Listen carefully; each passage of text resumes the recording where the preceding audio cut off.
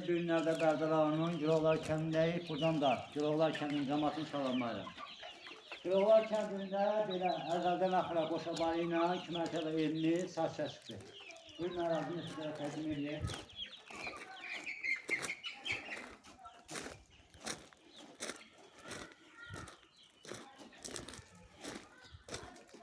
Bura evimizin 1-ci mərtəbəsidir.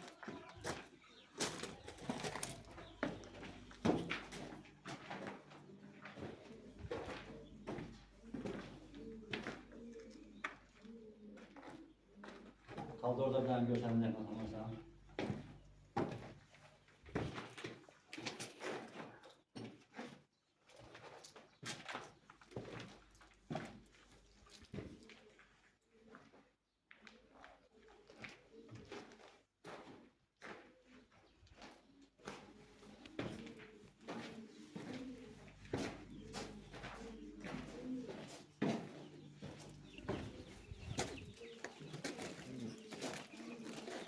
Buradan da evimizin 2. mərtəbəsinə daxil olunur.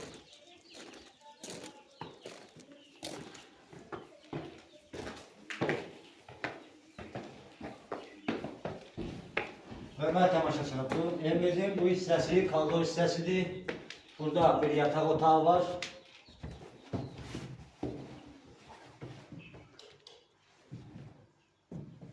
Burada ikinci yataq otağı var.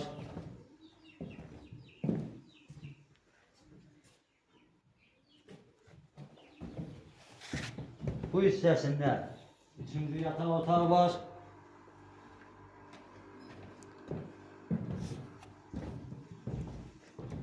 Bu hissəsində də hamam və sanucun yerləşir.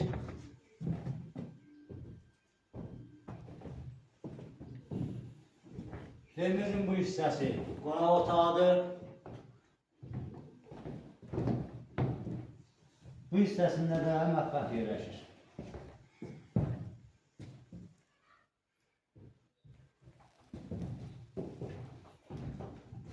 Hörmətli tamaşaçılar, evimiz 3 otaq, 1 zal, mətbəx, hamam və sanucudan ibarətdir. Evimizin yuxarı mərtəbəsi orta təmirlidir, aşağı mərtəbəsi təmirsizdir. Evimizin satış qiyməti 60.000 manatdır. Razılaşma yolda var. Allah alana da, satana da xeyir versin.